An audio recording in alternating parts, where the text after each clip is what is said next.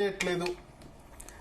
భరత్ గారు అంటే చాలా సేపు మాట్లాడిన ఇద్దరు కూడా 2 కాదు 3 రౌండ్లు తీసుకున్నారు. శరత్ గారు కానీ విఠల్ గారు కానీ సరే వాళ్ళ విఘ్నులు ఇద్దరు కూడా వాళ్ళు ఎప్పుడైనా కూడా షూటింగ్ అనేటటువంటి శత్రువుని వాళ్ళు ముందే డిసైడ్ అవుతారు.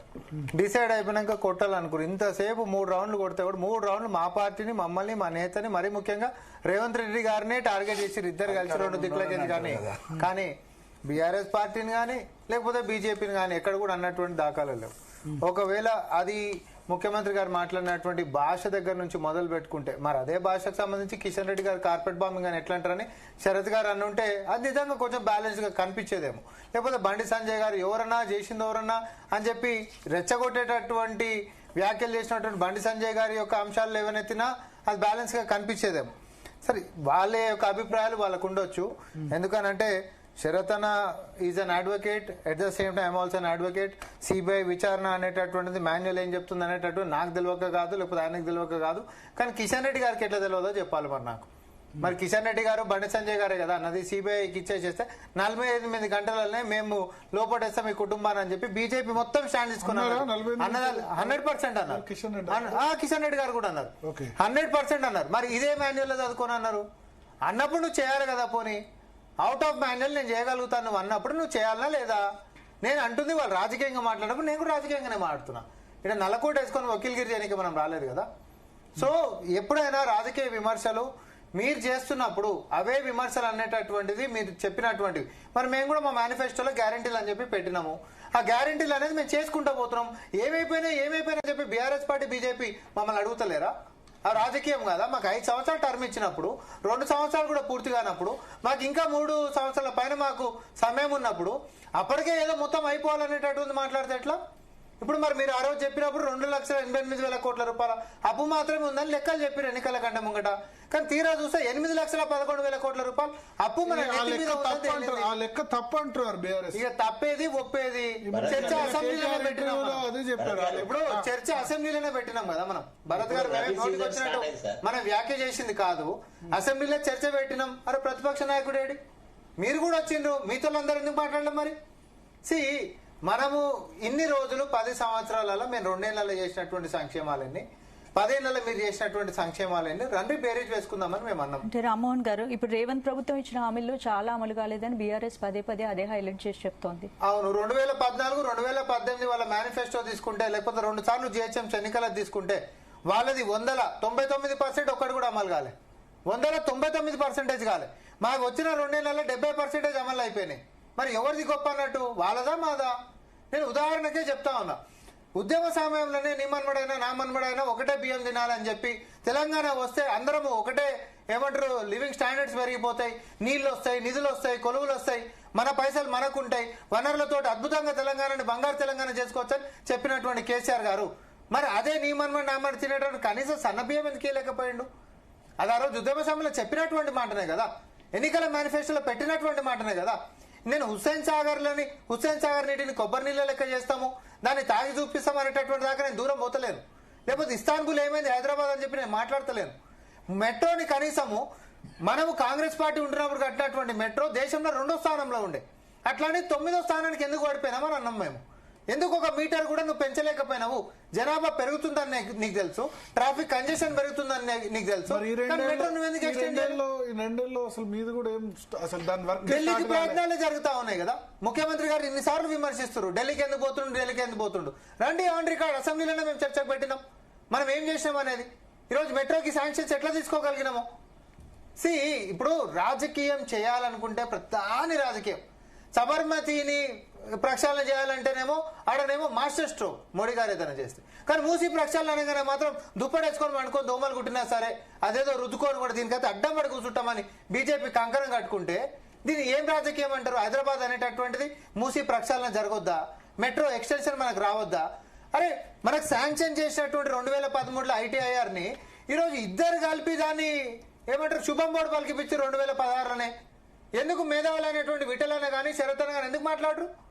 2 ప్రభుత్వాలు కేంద్రంలో బీజేపీ కానీ రాష్ట్రంలో బీఆర్ఎస్ కానీ అంటే ఆ రోజు టీఆర్ఎస్ ఏమో ఈ 2 కానీ ఎందుకు కొట్లాడలే? ITR ఎందుకు రాలే? ఒక్కొక్కటి మనం మాట్లాడుకుంటూ పోతే సంక్షేమం మీదైనా మేము సిద్ధం. మరి ఇదే విఠలన్న కూడా కొట్లాడిండు. ఆయలా మేము ప్రతిపక్షంలో ఉన్నప్పుడు విఠలన్న మాతో విఠల్ కొట్లాడారు, శరత్ కొట్లాడారు, మా పార్టీ నుండే కొట్లాడారు, శరత్ గారు కొట్లాడారు. కానీ ఇప్పుడు వాళ్ళిద్దరు వ్యతిరేకమైనారు. మరి ఇక సరే, ఇప్పుడు కాంగ్రెస్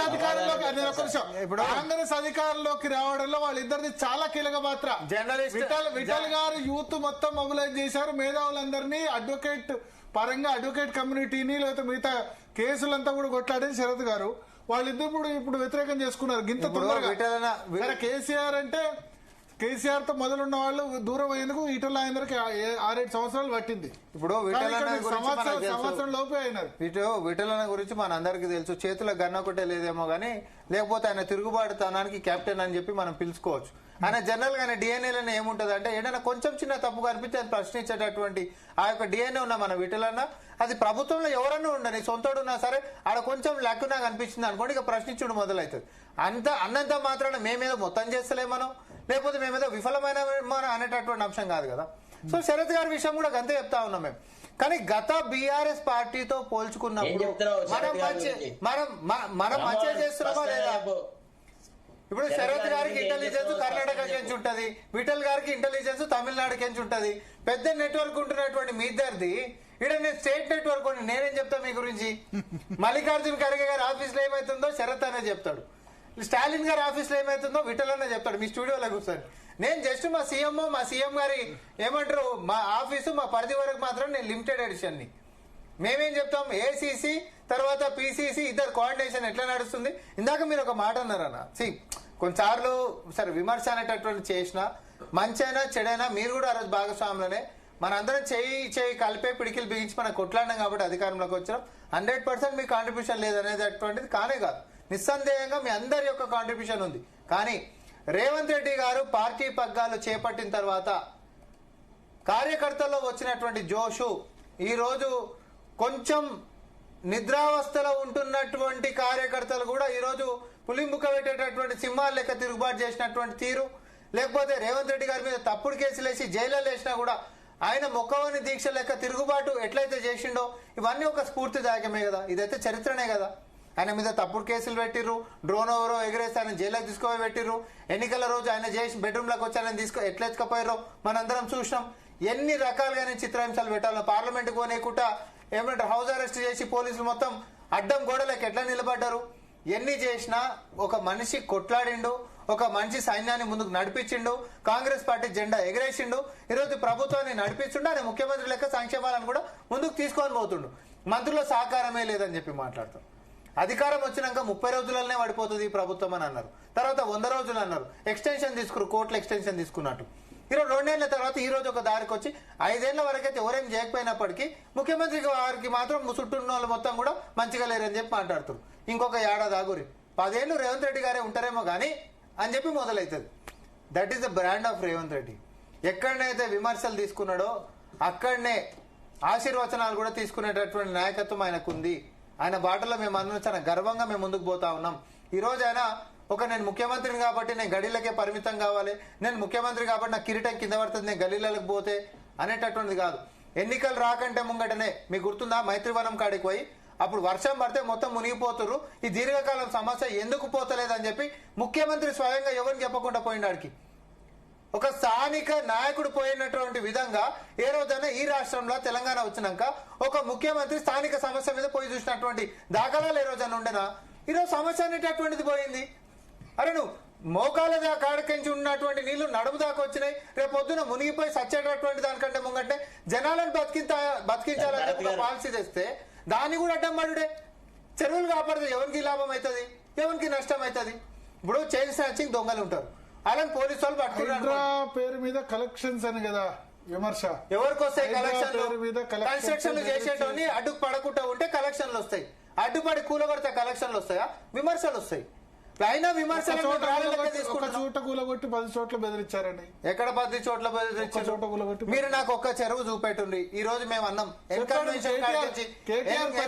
పెడతాడు పట్నం మహేందర్ రెడ్డి ఇదేమైంది, ఫామ్ హౌస్ ఇంకా మిగతా మంత్రులు ఏమైందని చెప్తారు. సార్ ఇప్పుడు కోర్టు ఆర్డర్లకి ఆగినటువంటిది శరత్ గారు కూడా ఒక వకీల్ కాబట్టి నేను చెప్తా ఉన్నా, కోర్టు ఆర్డర్లకి ఆగినటువంటిది రంగనాథ్ గారు కూడా రాకండి ముంగట, అవి రాకండి ముంగట. ఇన్కన్వెన్షన్ వ్యవహారం కూడా అంతే, దాని తర్వాత కోర్టుకు పోయి అంతలోపే కూలిపోయింది అది. కానీ నేనేమంటున్నా, బీఆర్ఎస్ అంటే పాత టీఆర్ఎస్ పార్టీ అధికారంలోకి వచ్చినప్పుడు జేసీబీలు ఇటాచీలు పోయినటువంటివి ఆ రోజు నాగం పడవలకి ఇట్లా ఇప్పినాయి. తర్వాత ఏం జరిగిందో తెలియదు, కానీ ఉల్టా తోక ముడుచుకొని వచ్చినాయి. మళ్ళీ తర్వాత 10 సంవత్సరాలు దాన్ని పట్టుకున్నటువంటిది, లేకపోతే కూలగొట్టే ప్రయత్నం కానీ అక్కడ జరగలేదు. అవునా కాదా? కానీ ఎన్నికల కంటే ముంగట ప్రమాణం ఏం చేసిండ్రు అంటే ఇవన్నీ కబ్జాలు చేసి యువన్ కోసం అని చెప్పి, యువనాస్త అని చెప్పి తెలంగాణ చేస్తారు, చెరువులు మొత్తం కొలగొడతారా, నెక్స్ట్ భవిష్యత్తు బతకొద్దా, భావి తరాలు బతకొద్దా అని మాట్లాడినటువంటి మరి హైడ్రా ఓన్లీ మధ్యతరగతి పేద ప్రజల మీద ఎఫెక్ట్ చూపించింది అని మన కేటీఆర్ రోడ్ షోలో కూడా విత్ విజువల్స్ చూపించారు. ఏంటి రేవంత్ గారి బ్రదర్ పైన గానీ, పొంగులేటి పైన గానీ మిగతా రాజకీయ నాయకుల వైపు ఎందుకు హైడ్రా వెళ్ళట్లేదు? ఇప్పుడు రేవంత్ రెడ్డి గారి బ్రదర్ గారు దానిపైన నేను చెప్తా ఉన్నా, కోర్టు ఆర్డర్ నుంచి ఒకటి ఉన్న దాని తర్వాత అధికారులు దాని దగ్గర పోనీకే ఉండదు. చాలా స్పష్టంగా అట్లా ఎవరి దగ్గర నుంచి వచ్చినప్పటికీ కూడా అట్లా ఎవరి దగ్గర నేను ఒకటి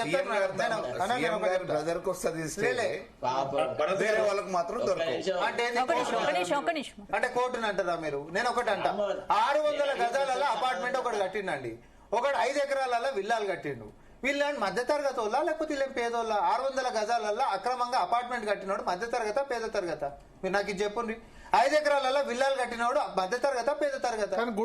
నేనేమంటున్నా అందుకనే ఒకవేళ కొంతమందికి అట్లాంటి వాళ్ళకి అన్యాయం జరిగినా డబుల్ బెడ్రూమ్ లతో ఆదుకునేటట్టు చాలా మంది కోర్టుకెళ్ళి తెచ్చుకున్నారు కదా, చాలా మంది కోర్టుకెళ్ళి స్టే తెచ్చుకున్నారు. ఆగినాయి. తర్వాత కోర్టులో కూడా మేము కొట్లాడుతున్నాం, స్టే వెకేట్ చేసినాం, తర్వాత కూడా కూలగొట్టినటువంటివి ఉన్నాయి. ఈ రోజు సమస్యను మనం మాట్లాడాల్సింది ఏంది అని అంటే, చిన్న వర్షం పడ్డప్పుడు కూడా రోడ్లు మొత్తం మునిగిపోతున్నటువంటి గల కారణం ఏంది? నీరు పళ్ళ మెరుగును అని మనం అంటాం. నీళ్లు చెరువులకు పోవాల్సినటువంటి మొత్తము చెరువులు కబ్జా అయిపోయినప్పుడు, నీళ్లు మొత్తం రోడ్ల మీద ఉన్నప్పుడు, మాన్యువల్ అవి మొత్తం ఓపెన్ చేసి పెట్టినప్పుడు ఆ నీళ్ళలో మనుషులు కూడా కొట్టుకుపోయి సస్తుంటే, ఈరోజు ఒక చిన్న పిల్లది వీడియో పెట్టినప్పుడు మీకు గుర్తుండాలి, అందరికి బాగా వైరల్ అయింది. అది పుస్తకాలు కూడా తీసుకొని ఇవ్వలేదు అని చెప్పి. మరి అదే పోయిన సంవత్సరం అంతకంటే ముందు సంవత్సరం మేము అధికారంలో లేనప్పుడు 9 సంవత్సరాల పిల్ల సికింద్రాబాద్ లో చచ్చిపోయింది కదా మాన్యువల్ పడి. మరి ఆ పిల్ల ప్రాణం కదా, పుస్తకమా ప్రాణమా? అంటే మాకు ప్రాణమే అంటున్నాం మేము. ఎన్ని ప్రాణాలు పోవాలి అట్లా వర్షం పడ్డప్పుడు? అలా వాళ్ళు మధ్య తరగతి పేద తరగతి వాళ్ళు కదా, బండి మీద పోయేటోళ్ళు. ఆస్తుల నష్టం జరుగుతున్నాయి. ఇప్పుడు హైడ్రా మీద దుష్ప్రచారం ఎక్కువ ఉంది అని అంటారు రామ్మోహన్ రెడ్డి. ఇప్పుడు వరదల వల్ల నష్టపోయిన వాళ్ళు, ప్రాణ నష్టం జరిగిన వాళ్ళు అది ఒక్క రోజుతో జరగలేదు, ఒక్క తెలంగాణ ప్రభుత్వంలో జరగలేదు, కేసీఆర్ గారి నాయకత్వంలో ఇచ్చిన పర్మిషన్లతో జరగలేదు. అది అనాదిగా వరుస క్రమంలో జరుగుతూ నిజాంపేట లాంటి ఏరియాలో గ్రామ పంచాయతీ అనుమతి తీసుకొని కట్టిన వేరు ప్రభుత్వాలలో జరిగినాయి. అది ఒక్కళ్ళ మీద నిందేస్తే జరిగేది కాదు, దానికి ప్రత్యామ్నాయంగా ఉంటాయి. అయితే హైడ్రా అనేది ఎవరి కోసం తీసుకొచ్చారు, ఎవరికి లాభం అయింది, ఎవరికి నష్టమైంది అని అంటే అది సామాన్యుల్ని వేధించడానికి ఉపయోగపడ్డది తప్ప పెద్దోళ్ళని ఏదో అది చేస్తాం ఇది చేస్తాం అన్నారు. ఆ పెద్దోళ్ళకి అందరికి కూడా మామూలుగా పరోక్షంగా మీరు దొడ్డిదారుని వచ్చినాయా, ఇంకోటి వచ్చినాయా, పర్మిషన్లు వచ్చినాయా, హైకోర్టు పేరు మీద ఏదో రకంగా ఆగిపోయినాయి తప్ప బాధితులు ఎవరయ్యారు? సామాన్యులు లేరు, ఇల్లు వాకిలు లేని వాళ్ళు లేరు. ఏ పూట కాపూట ఇల్లు గడవని సామాన్యులు ఉపాధి కోసం హైదరాబాద్కు వచ్చిన వాళ్ళ గుడిసెలు పీకేసారు హైడ్రా పేరు మీద తప్ప పెద్ద వాళ్ళ ఎవరు పోయినాయి చెప్పండి? ముందుగా నోటీస్ ఇచ్చిన వాళ్ళ పట్నం మహేందర్ రెడ్డి గారిది పోయిందా, తిరుపతి రెడ్డి గారిది పోయిందా? వాళ్ళకి మామూలుగా అంతర్గతంగా ఒప్పందాలు కుదరిన వాళ్ళు ఒకటి కానీ సామాన్యులకి వేల మందికి నష్టం జరిగింది కదా, సామాన్యులకి అందరికి కూడా. సార్ ఒక్క నిమిషం, రామ్మోహన్ ని నేను 2-3 ప్రశ్నలు అడగదలుచుకున్నాం.